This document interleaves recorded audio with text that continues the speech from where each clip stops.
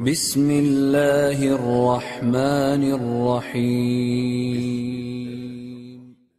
بسم الله الرحمن الرحيم إن الحمد لله نحمده ونستعينه ونستغفره ونعوذ بالله من شرور أنفسنا ومن سيئات أعمالنا من يهده الله فلا مضل له ومن يضلل فلا هادي له وأشهد أن لا إله إلا الله وحده لا شريك له وأشهد أن محمدا عبده ورسوله وصفيه من خلقه وخليله أدى الأمانة وبلغ الرسالة وجاهد في الله حق جهاده حتى أتاه اليقين فاللهم صل وسلم وزد وبارك على نبينا محمد وعلى آله وصحبه أجمعين أما بعد فإن أصدق الحديث كتاب الله وخير الهدي هدي محمد صلى الله عليه وسلم وشر الأمور محدثاتها وكل محدثة بدعة وكل بدعة ضلالة. أيها الإخوة الكرام, ce cours est donc le 11e cours de cette silsila dont l'objectif est d'exposer une introduction à cette science qui est ilm usul al-fiqh. Nous en étions arrivés au dernier cours, à la troisième étape que cette science a rencontré chez Ahl Sunnati wal Jama'a. Lors de cette étape, distinguèrent deux grands imams qui sont Cheikh al-Islam Ibn Taymiyyah rahimahullah ta'ala et son élève Ibn al-Qayyim rahimahullah. Et nous avions cité de quelle manière se distinguait le travail de ces deux grands imams. Nous avions vu un premier côté, et là aujourd'hui, Inch'Allah ta'ala, sanara janiban thaniyan li amali ha'ula'i al-a'lam. فأقول مستعينا بالله عز وجل. Donc ces paroles-là sont les paroles, ce que je vais mentionner sont les paroles de Cheikh Al-Jizani. قال الجانب الثاني الرد على الباطل وكشف زيفه وبيان بطلانه وذلك بعد الوقوف على مآخذه عند أهله لمقارعة الحجة بالحجة كل ذلك بأدلة المنقول والمعقول مع النصيحة والبيان فكان هذا الصنيع تصحيحا للخطأ وتقويما للإعوجاج وتوضيحا للحق ودعوة إليه ونصحا وفضحا للباطل وتحذيرا منه. Donc leur deuxième champ de travail consistait à répondre aux faux et aux mensonges et dévoiler et exposer son invalidité, c'est-à-dire l'invalidité du faux auquel Ahlul Bid'a, les innovateurs, invitaient, et sa nullité après une connaissance correcte de ses sources chez ceux-mêmes qui défendaient ces doctrines et ces dogmes erronés et qui y adhéraient. Pour quelle raison maintenant ces deux imams cherchaient à connaître al-ma'akhidh, les sources mêmes qui ont mené ceux qui défendent ce faux à le défendre? C'est afin de repousser et de combattre la hujja par la hujja. Tout ceci bien sûr sur base des preuves textuelles, ce qu'on appelle al-manqul. Al-manqul, en français, est un synonyme des preuves textuelles, al-manqul. Et rationnel, c'est ce qui désigne en arabe al-ma'qul. Al-ma'qul, ce sont les preuves rationnelles, et al-manqul, ce sont les preuves textuelles. Donc tout ceci basé sur base de preuves textuelles, al-manqul, et rationnel, al-ma'qul, accompagné de conseils, de nasiha et exposé de la vérité, al-bayan. Cette démarche permit donc de corriger les erreurs, rectifier les déviations apparues entre-temps, éclairer et mettre la lumière sur la vérité et prêcher et inviter à cette même vérité au haqq. Et enfin, dénoncer et prévenir contre le mensonge al-batil qui se propageait à cette époque. Je répète, et enfin, prévenir et mettre en garde contre le mensonge al-batil qui se propageait à cette même époque. Voici certains exemples de cet exposé de la vérité et ce dévoilement du mensonge que ces deux imams s'efforcèrent d'exposer. المسألة الأولى مسألة التحسين والتقبيح العقليين وبيان طرفي الانحراف في هذه المسألة. La première question qu'ils exposèrent était la question de ce qu'on nomme التحسين والتقبيح العقليين, la question du tahsin et du taqbih rationnel, c'est-à-dire déterminer le bien et le mal à travers la raison. On mentionnait et on énoncé la voie d'Ahl Sunnati wal Jama'a sur cette question, et ont de même mis en garde contre les deux extrémités, à savoir le madhab des Asha'ira et le madhab des Mu'tazila. Maintenant, cette question qui est tahsin wa taqbih al-aqliyayn, en quoi consiste-t-elle? Elle consiste à savoir est-ce que les choses présentes dans le monde ont un bien et un mal en soi, et est-ce que la raison humaine et la prédisposition naturelle, le fitra salim, à ce qui est saine et qui n'a pas été falsifié, est-ce que cette raison et cette fitra sont à même de savoir ce qui est un bien et ce qui est un mal? Donc sur cette question, les groupes s'affiliant à cette umma se divisèrent en trois. Il y a eu tout d'abord Al-Asha'ira. Al-Asha'ira, qu'ont-ils dit? Ils ont dit la khayra. Il y a eu tout d'abord Al-Mu'tazila qui ont dit quoi? Qui ont dit Al-Khayr wa Shar yu'rafani bil-aql wa thawab wa al-iqab yathbutani kadhalika bil-aql. Donc le bien et le mal sont connus et peuvent être déterminés par la raison, et le châtiment et la récompense pour ce bien et ce mal-là sont d'eux-mêmes affirmés par la raison. Donc selon les Mu'tazila, les Sahaba radiyallahu anhum, qui ont bu du vin avant même qu'il ne soit interdit, ces derniers méritaient le châtiment d'Allah Ta'ala. En opposition à ce madhab et en opposition à ce manhaj est apparu un autre manhaj qui était celui de Al-Asha'ira. À leur tête, Abu al-Hasan al-Ash'ari rahimahullah ta'ala, qui est, comme vous le savez, revenu quasiment vers la voie d'Ahl Sunnati wal Jama'a à la fin de sa vie. Il est revenu à la aqida il se rapprochait plus de la aqida de Ibn Kulab, et qui était à la tête d'une firqa qui s'appelait Al-Kulabiyya, qui était une firqa plus proche de Ahl Sunnati wal Jama'a que ne le sont les Ash'a'ira. Mais vu que là n'est pas le sujet, nous n'allons pas entrer dans les détails. Mais donc Abu al-Hasan al-Ash'ari, et en particulier donc en général al-Ash'a'ira, on dit ni le bien, ni le mal, ni le châtiment, ni la récompense ne peuvent être affirmés avant que le message ne soit arrivé. فَلَا حُسْنَ وَلَا قُبْحَ وَلَا ثَوَابَ وَلَا عِقَابَ قَبْلَ الْخِطَابِ. Il n'y a ni bien, ni mal, ni châtiment, ni récompense avant que le message ne vienne. Donc selon eux, selon la sha'ira, le shirk n'est pas mauvais en soi. Le shirk est mauvais parce qu'Allah nous l'a dit.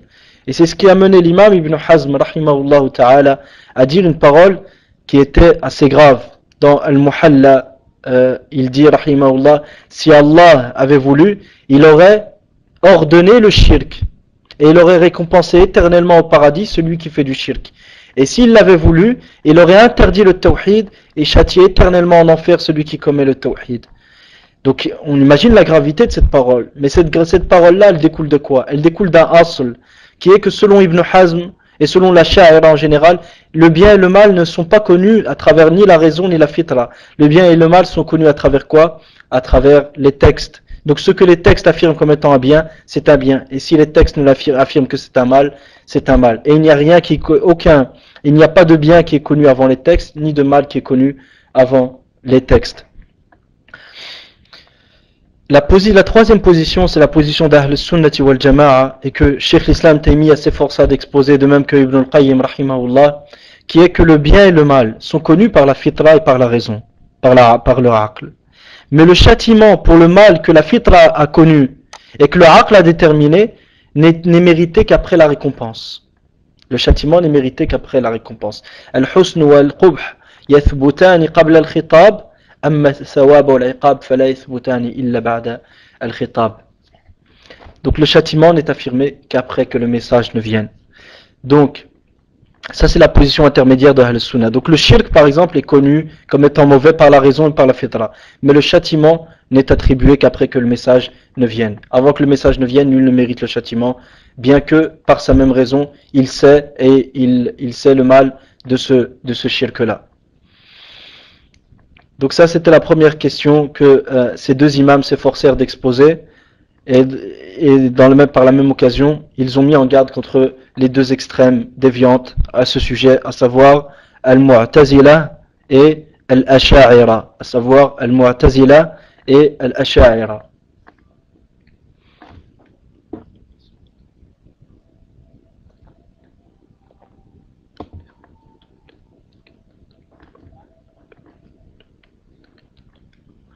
Le deuxième point était le jinayatu ta'wil wa khuturatuhu wa bayanu as-sahih minhu wal batil. Donc le crime, c'est-à-dire le crime et le danger du ta'wil, de la mauvaise compréhension, de la mauvaise interprétation, et l'exposé du ta'wil qui est valide, qui est correct, et le ta'wil qui n'est pas correct. Et les conditions pour qu'un ta'wil soit valide, et les conditions pour qu'un ta'wil soit valide, et si ces dernières ne sont pas remplies, ce ta'wil-là n'est pas valide. Ça c'est une des choses aussi qu'ils exposèrent. Troisièmement, الرد على من زعم أن النصوص تفيد الظن ولا تفيد اليقين وذكر الأمثلة على ذلك. Donc, troisièmement, la réponse à ceux qui ont prétendu que les textes, dans leur globalité, n'indiquent que le dhann, c'est-à-dire al-dhann, ay al-i'tiqad al-rajih. La réponse à ceux qui ont prétendu que les textes dans leur globalité n'indiquent que le dhann, que la probance. C'est-à-dire que ces textes, ce que les textes affirment, on suppose majoritairement que c'est vrai, mais on n'en est pas certain. Et non la certitude, al-yaqin, et l'exposé des preuves affirmant ce point-là.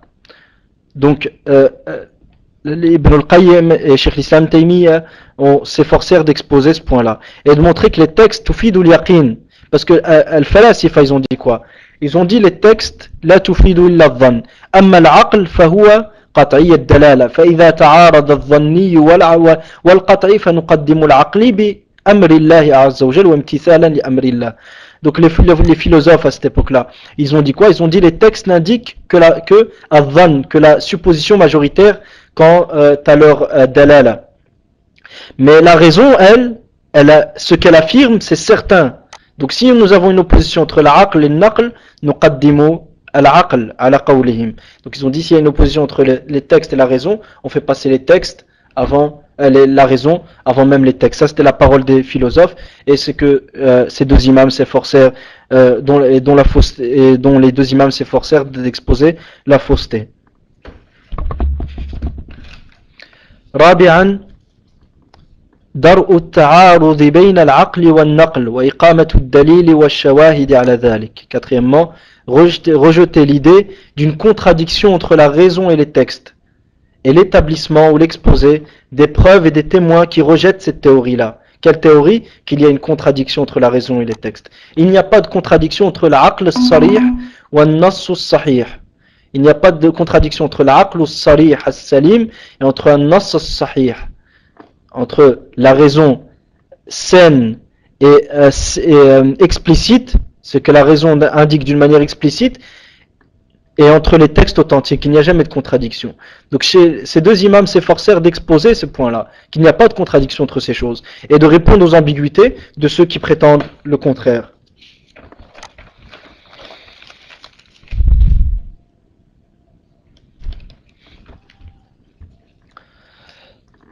Donc par conséquent, on voit que les efforts de ces deux imams et leurs vestiges sont une continuité des guides d'Ahl Sunnati wal Jama'a qui les précédèrent, tels que Ibn Abd al-Barr, Al-Khatib al-Baghdadi et Abu al-Muzaffar Ibn al-Sam'ani.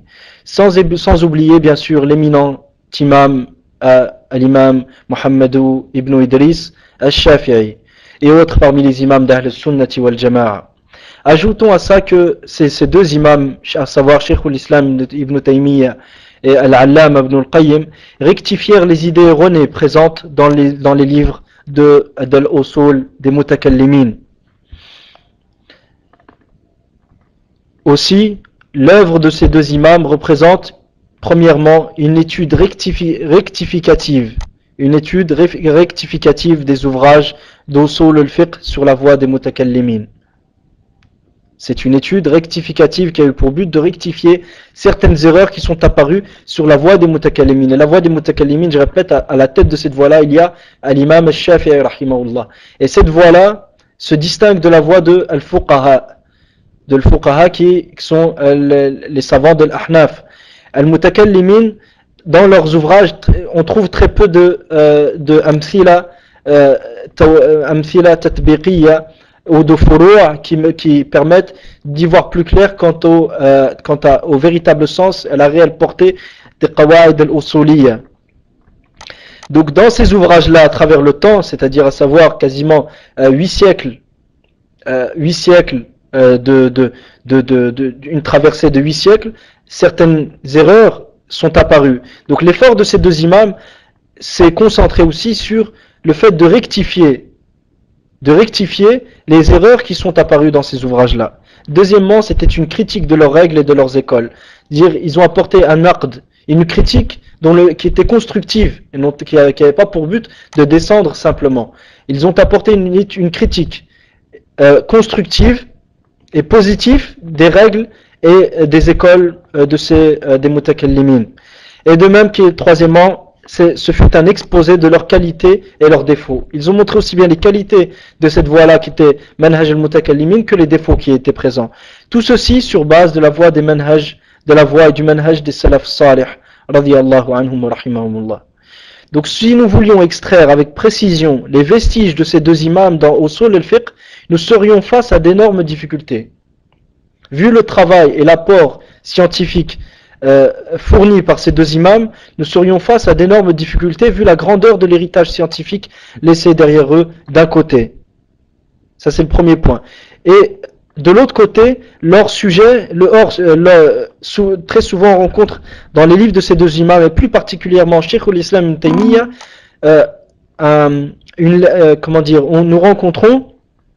nous faisons face à un écart du sujet principal. Donc ce hors-sujet présent dans leurs œuvres qui caractérise plus Ibn Taymiyyah rahimahullah qu'Ibn al-Qayyim.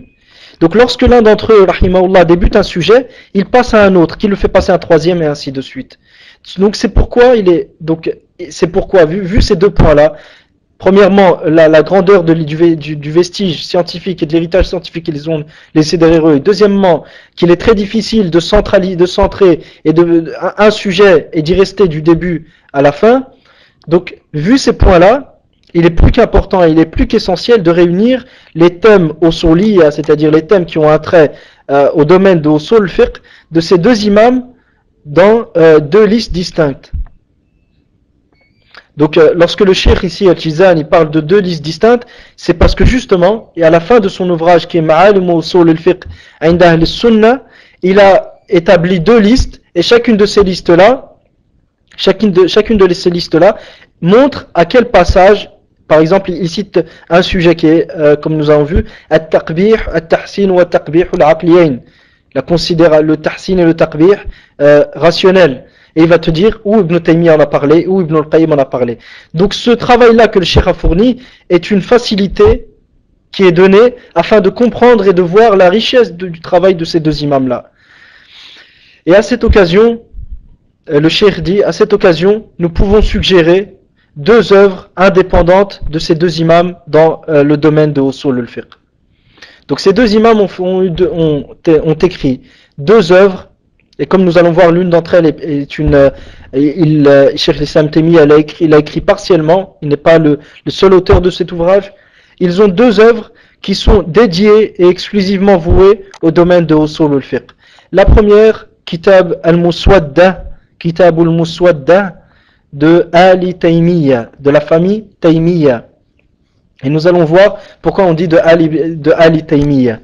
Le deuxième, Kitab I'lam al-Muwaqqi'in an Rabbil Alamin de Al-Allama Ibn al-Qayyim rahimahullah. Bien que ce deuxième ouvrage qui est I'lam al-Muwaqqi'in ne soit pas exclusivement voué à Usul al-Fiqh, la majorité donc bien qu'il ne soit pas voué exclusivement à Usul al-Fiqh, la majorité des thèmes qui s'y trouvent sont consacrés à cette science-là et à ce fan-là qui est usul al-fiqh.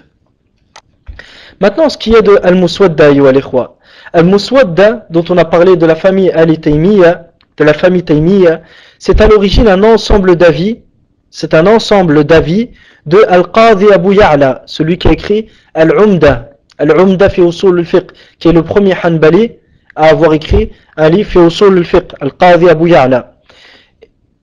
Donc, Al-Muswadda réunit un ensemble d'avis de Al-Qadi Abu Ya'la, de Abu al-Khattab aussi, qui est l'auteur du livre At-Tamhid fi usul al-fiqh. C'est le deuxième à avoir écrit un livre dans usul al-fiqh, dans le madhab de l'imam Ahmad ibn Hanbal. Et Abu al-Khattab était un élève de Abu Ya'la. Et d'Ibn Aqil aussi, Ibn Aqil al-Hanbali rahimahullah, et autres parmi les Hanabila, les savants de l'école de l'imam Ahmad ibn Hanbal. Donc Al-Muswadda a été réuni par Majduddin Abdus Salam ibn Taymiya al-Harrani. Majduddin Abdus Salam, qui était le grand-père de Cheikh l'Islam ibn Taymiya rahimahullah. Donc son nom, Majduddin, le grand-père d'Ibn Taymiya, qui est aussi l'auteur de Muntaqa al-Akhbar, qui est la source de Nail al-Awtar de l'imam Shawkani. Donc l'imam Shawkani a exposé et a fait un commentaire de Muntaqa al-Akhbar. Et Muntaqa al-Akhbar était un livre qui réunit un ensemble de hadiths un ensemble de hadiths classés selon les chapitres de Al-Fiqh.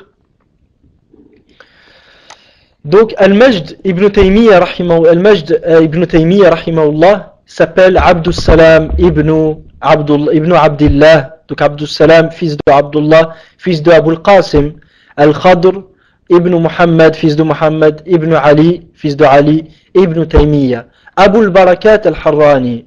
Donc son nom était Abu al-Barakat. Majduddin al-Faqih al-Hanbali. C'était un faqih s'affiliant à l'école de l'imam Ahmad ibn Hanbal. Al-Muhaddith al-Mufassir al-Usuli. Donc c'était aussi bien un muhaddith qu'un exégète, un mufassir, qu'un usuli, qu'un savant dans usul al-fiqh. Lahu kitabu Muntaqa al-Akhbar fi hadith al-ahkam. Donc il a composé comme livre Muntaqa al-Akhbar, qui est un hadith dans al-ahkam, les statuts légaux al-far'iyya, al-amaliyya. Wa kitabu al-ahkam al-kubra. Il a composé aussi al-ahkam al-kubra et al-Muswadda. Il est décédé en l'an 600. Il est décédé en l'an 652. Il est décédé en l'an 652 de l'Hijra al-Nabawiyya ala sahibiha afdalus salati wa ahsanu taslim. Donc l'an 652 correspond à l'année 1231 de l'année selon le calendrier grégorien. Donc cet ouvrage qui est Al-Muswadda a tout d'abord été réuni, le premier à avoir débuté cet ouvrage était le grand-père d'Ibn Taymiyyah qu'on appelle Al-Majd ibn Taymiyyah. Cette Muswadda était un brouillon qu'Al-Majd, rahimahullah ibn Taymiyyah, a écrit sans la remettre au propre. Il ne l'a pas remis au propre, c'était un brouillon qu'il a débuté. Son fils, qui est le père de Cheikh l'Islam, Ibn Taymiyyah, son fils Shihabuddin Abdul Halim vint après lui et a commenté certains passages et à son tour ne l'a pas mis au propre. D'où le nom qu'elle porte qui est Al-Muswadda. Maintenant, qui est Abdul Halim dont on a parlé?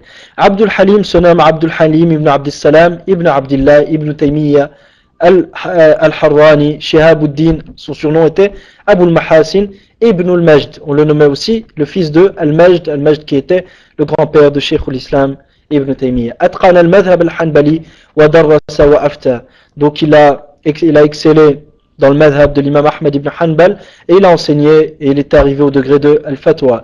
Wa kana imaman muhaqqiqan. Donc c'était un imam et un chercheur, un éminent chercheur.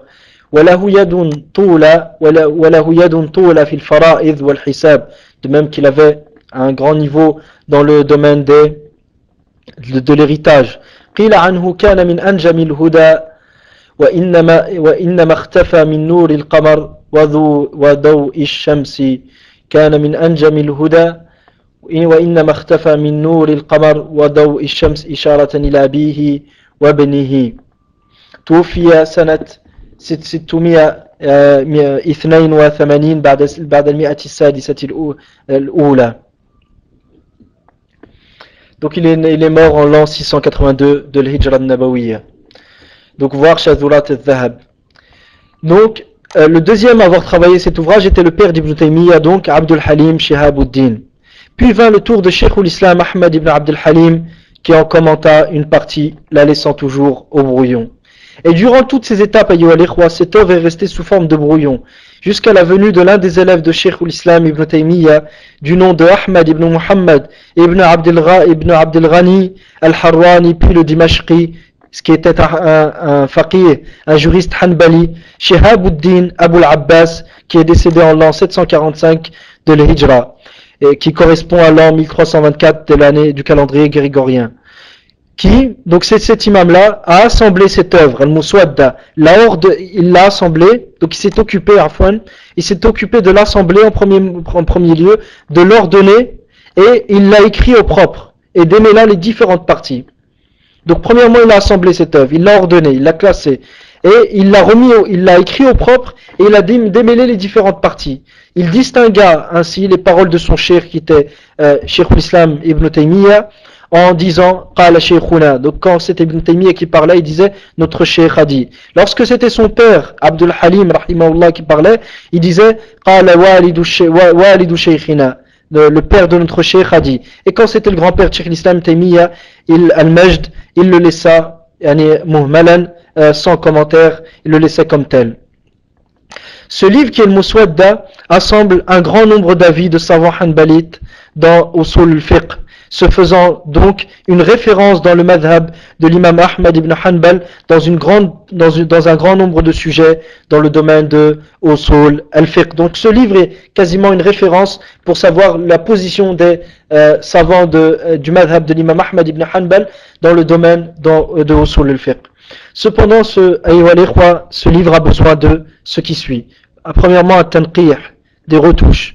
À cause de quoi? À cause des répétitions présentes dans certains chapitres. Deuxièmement, un tahdhib, une classification, car ce livre est un compilé de sujets et chapitres qui ne sont pas classés sous un même titre. Car ce livre est un compilé de sujets et de chapitres qui ne sont pas classés sous un même titre ou sous un titre donné. Le livre a donc besoin d'un index précis, sans oublier que nous ne pouvons être certains que ces avis sont les réelles positions de leurs auteurs, et lorsqu'on dit de leurs auteurs, de ceux qui l'ont composé, à savoir Cheikh Al-Majd ibn Taymiyyah, Abdul Halim, Abu Cheikh l'Islam et Cheikh l'Islam ibn Taymiyyah. Car ils l'ont écrit, ils l'ont laissé au brouillon, et ils le laissèrent sans une nouvelle rédaction ni une vérification. Donc on ne sait pas dire réellement est-ce que telle était, avec certitude, telle était la position de ces trois imams dans Usul al-Fiqh.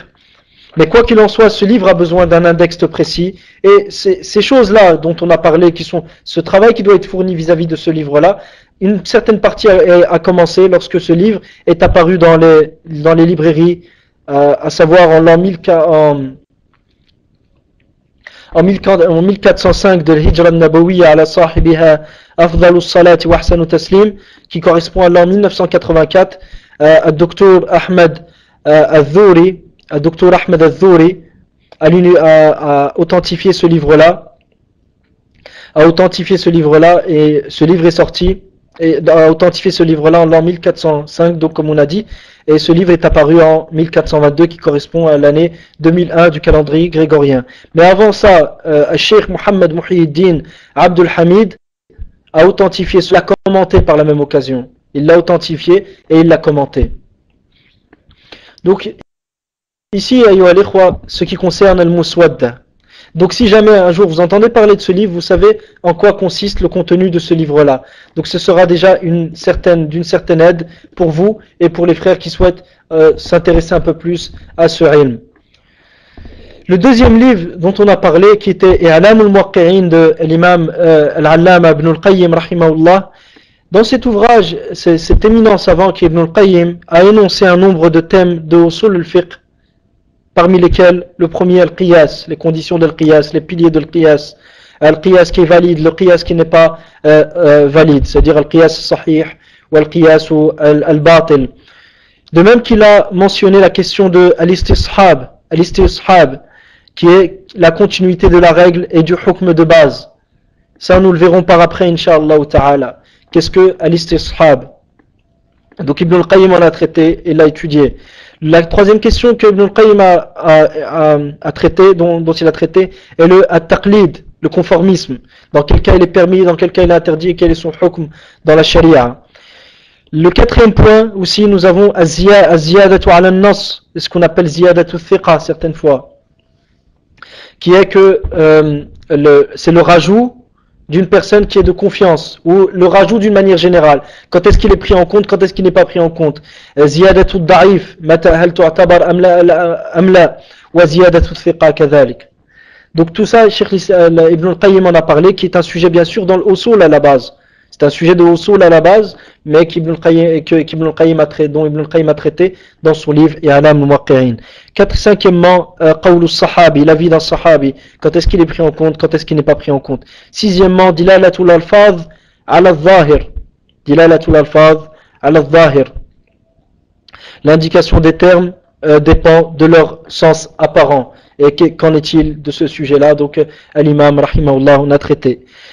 كذلك سابعا الفتوى, la fatwa, ses conditions et le comportement à avoir lorsqu'on émet une fatwa et quelle est l'éthique à respecter lors de l'établissement de fatawi. Neuvièmement, saddu al-dhara'i' wa tahrim al-hiyal, donc fermer les portes aux prétextes et voies vers le haram et l'exposer de l'interdiction de ruser pour se voir permis ce qui est à l'origine illicite. Donc Ibn al-Qayyim en a aussi parlé.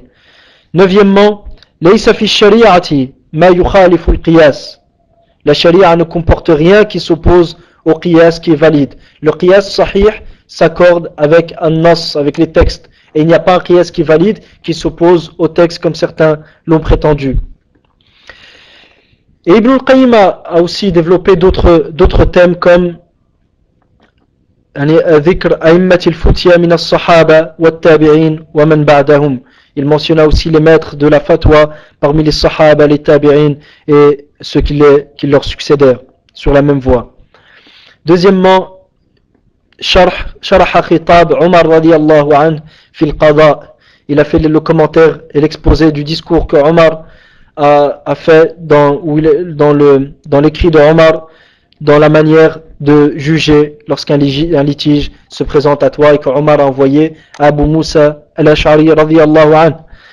ثالثا أنواع الرأي المحمود والرأي المذموم, donc les différentes sortes de ra'i qui soient honorables ou blâmables. Donc Ibn al-Qayyim en a aussi traité dans cet ouvrage. رابعا مسائل الطلاق والإيمان أو الأيمان. لست أدري لأن الظاهر من كلام الشيخ الجيزاني أو الطبعة التي في يدي أنه قال أن مسائل في الطلاق والإيمان ولعله الأيمان والله تعالى أعلى وأعلم. Donc des questions il a aussi exposé certaines questions sur le talaq, sur le divorce et sur soit les serments, soit sur la question de l'iman. Donc la taba'a que j'ai entre les mains, nous voyons al-iman. Mais il se peut aussi que ce soit al-ayman qui sont les serments et les ahkam qui tournent autour des serments. Sadisan fatawi an-nabi sallallahu alayhi wa sallam fi al-aqidati wal abwab al-fiqhiyya. Donc les fatawi, les avis juridiques du prophète sallallahu alayhi wa sallam dans la aqida, dans le dogme et les différents chapitres du fiqh. Donc les fatawi du prophète sallallahu alayhi wa sallam dans le dogme et les différents chapitres du fiqh.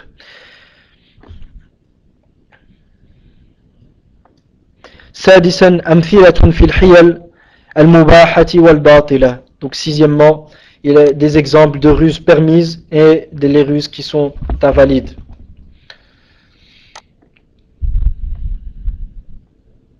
سابعا أمثلة في رد المتشابه إلى المحكم. Donc il a aussi ou huitièmement, il a cité des exemples illustratifs de la démarche de comprendre le mutashabih, c'est-à-dire les textes qui ont plusieurs significations, selon al-muhkam, les textes qui n'ont qu'une seule et même signification.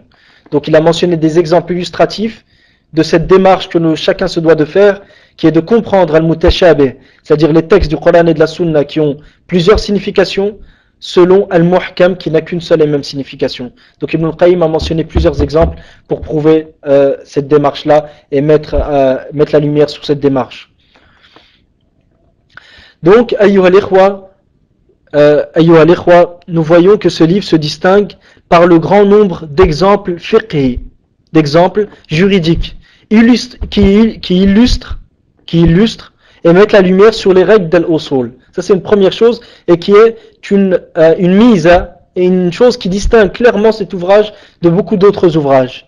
Donc ce livre, avec le grand nombre d'exemples juridiques qu'il a mentionnés, des masail fiqhiyya qu'il a cités dedans, ça te met la lumière sur les qawa'id l'usuliyya. Et dès lors que ça te met la lumière sur les règles de l'usul, tu les comprends beaucoup mieux. لأن بالمثال يتضح المقال. لأنه بالمثال يتضح المقال.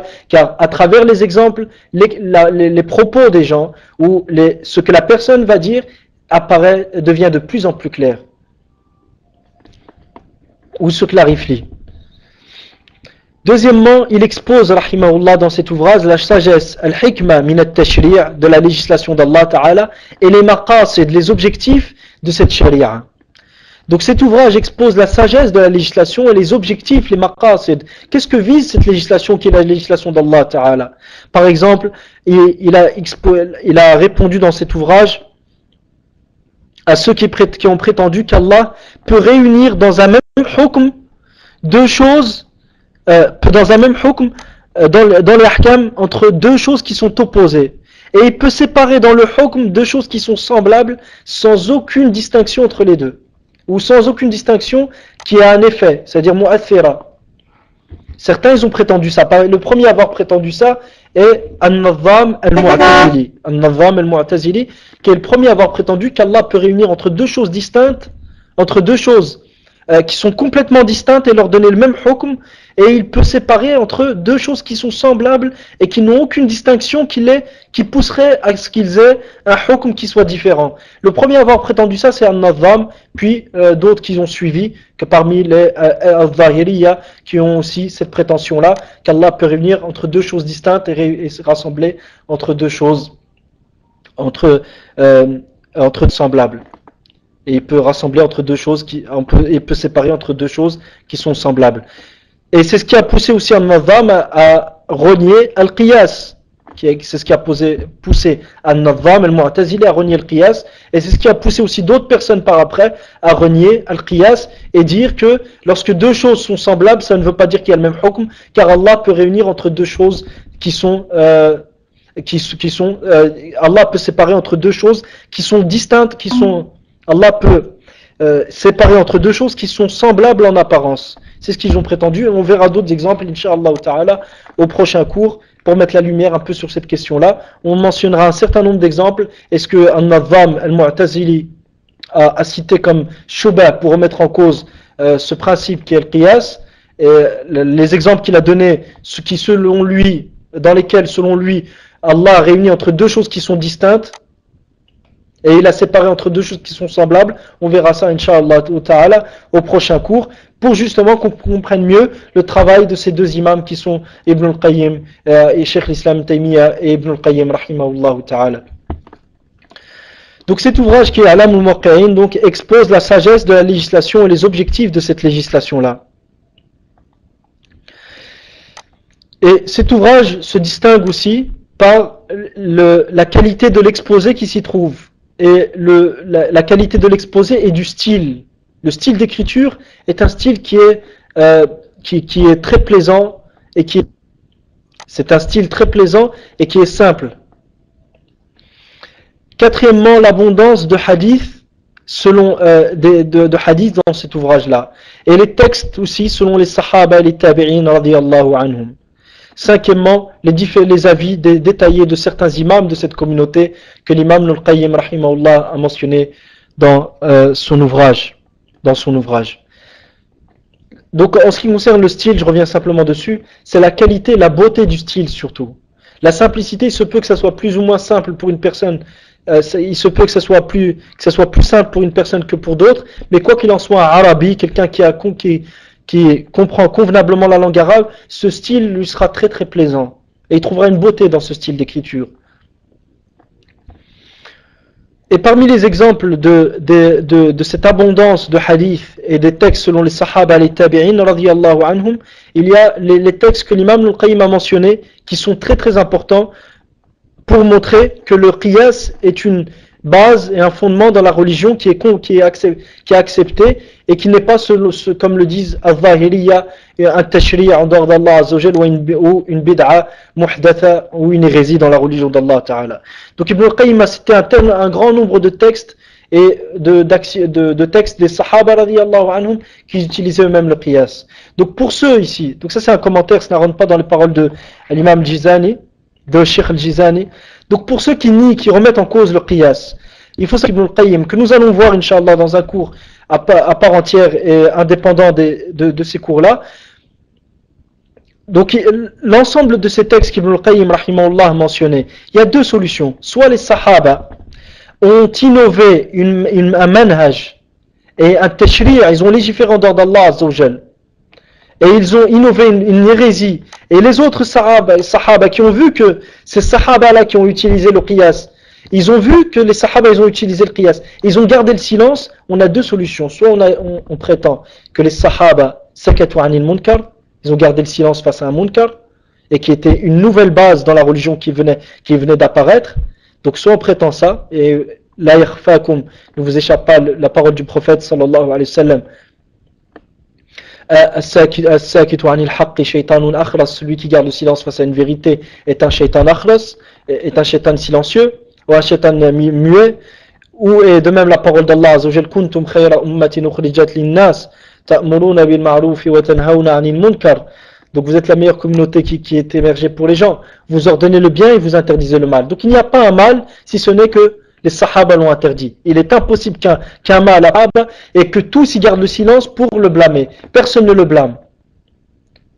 Ça, c'est impossible que ça se produise. Donc si un certain nombre de sahaba ont utilisé une démarche et un procédé qui est en réalité le qiyas, et que les autres sahaba ont gardé le silence, qu'ils ont gardé le silence face à ce procédé-là, et ils ne leur ont pas dit vous avez innové dans la religion un nouveau procédé, donc le fait que les autres sahaba ont gardé le silence face à ceux qui ont utilisé ce procédé-là, ça montre que le procédé en soi n'est pas une bid'a et n'est pas une erreur. Mais ce qui peut être une erreur, c'est l'application de ce procédé-là. Tatbiq al-qiyas ala ard al-waqi' ou fil masail, c'est là que l'erreur elle peut apparaître. Mais quant à l'origine même du qiyas, c'est une démarche et un procédé qui est convenable et accepté dans la religion d'Allah Ta'ala. Et ici se termine, ayyuha al-ikhwa, le cours d'aujourd'hui, Inch'Allah. Je résume ce dont on a parlé. Parler donc de cette troisième étape que Ilm Usul Fiqh a rencontré chez Ahl Sunnati wal Jama'a.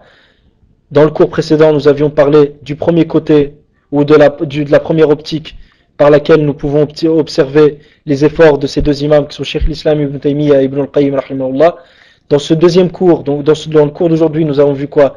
Nous avons vu la deuxième optique par laquelle nous pouvons observer l'effort de ces deux imams, qui était de remettre en cause, de prouver les erreurs des mubtadi'a, de rectifier certaines erreurs qui sont apparues dans les livres de Usul Fiqh sur la voie des mutakallimin, de prouver de même, de mettre la lumière sur certaines questions qui ont vu apparaître deux extrêmes déviantes. Parmi ces questions, nous avons vu le tahsin ou le taqbih à l'aqliyayn, déterminer qu'une chose est bonne ou mauvaise en fonction de la raison. Nous avons vu la position des Mu'tazila, la position des Ash'a'ira, la position des Ahl Sunnati wal Jama'a, qui est une position intermédiaire. Donc, ces deux imams s'efforcèrent de montrer ce point-là et d'autres points que nous avons cités dans ce cours-là. De même que nous avons vu deux ouvrages qui étaient indépendants de ces deux imams dans le domaine de Usul Fiqh. Nous avons vu le Muswadda de la famille de Taymiyyah. Nous avons vu qui sont les auteurs de cet ouvrage-là, à savoir le grand-père d'Ibn Taymiyyah, Al-Majd, Abu al-Barakat, le père d'Ibn Taymiyyah, rahimahullah, Abu al-Mahasin, Abdul Halim, et Cheikh l'Islam Ibn Taymiyyah, rahimahullah ta'ala. Nous avons vu aussi, tenu de cet ouvrage-là, les avis des savants de l'école de l'imam Ahmad ibn Hanbal dans le domaine de Usul Fiqh, et ce dont cet ouvrage a besoin. Nous avons vu ça aussi. Et de même, puis nous sommes passés à Kitab I'lam al-Muwaqqi'in. Nous avons observé le contenu de ce livre d'une manière concise. Et voilà le contenu du cours d'aujourd'hui. Wallahu ta'ala a'la wa a'lam. Wa sallallahu ala nabiyyina Muhammad wa ala alihi wa sahbihi ajma'in. Walhamdulillahi rabbil alamin. Fama kana min sawabin famin Allah wahda. وما كان من زلل وما كان من خطأ أو زلل أو نسيان فمني ومن الشيطان والله ورسوله منه براء. Donc tout ce qui a pu être juste dans cet exposé ne vient que d'Allah seul. Toute erreur, oubli ou omission ne vient que de votre frère et du shaitan. Et Allah et son messager en sont innocents. Et Allah demeure le plus savant. Wa sallallahu ala nabiyyina Muhammad wa ala alihi wa sahbihi ajma'in walhamdulillahi rabbil alamin. Wassalamu alaikum wa rahmatullah. S'il y a des questions, on va laisser 15 minutes, incha'Allah ta'ala. Des questions sur le sujet. Je reviens juste sur une question qu'un frère a posée. Al-Mutashabih, l'équivoque. Est-ce que le Mutashabih est ce que désigne ce qui porte à équivoque? Al-Mutashabih, Al-Mutashabih, comme le dit l'imam Shanqiti dans Al-Mudhakkira fi usul al-fiqh. Donc il dit Al-Mutashabih, c'est ce qui peut avoir plusieurs significations. Al-Muhkam, c'est ce qui n'a qu'une seule et même signification. C'est une des meilleures définitions qui a été donnée. Et de toute manière, Inch'Allah, nous verrons ce sujet par après, lorsqu'on aura terminé cette introduction à Usul al-Fiqh. Mais je pense qu'on va raccourcir l'introduction pour pouvoir passer à d'autres points. Donc simplement, je tenais à vous annoncer une chose, Inch'Allah ta'ala, c'est qu'après cette introduction, je pense qu'on va laisser le livre Al-Ma'alim fi Usul. Pour quelle raison? Parce que il se peut que tout le monde ne cerne pas le contenu, pour passer à un autre livre, qui est Al-Qawa'id al-Usuliyya de Cheikh Walid al-Sa'idan. Et car dans ce second livre, il y a un grand nombre d'exemples, ce qui fait que ça va vous motiver, Inch'Allah ta'ala. Car les exemples, c'est des choses que vous pouvez rencontrer dans votre vie de tous les jours. Donc ça va être une règle, donc tu retiens la règle et tu retiens les exemples, et ça ira beaucoup plus vite, Inch'Allah ta'ala. Et je pense que ça enchantera un peu plus les gens d'assister à ces cours-là. Wallahu a'lam.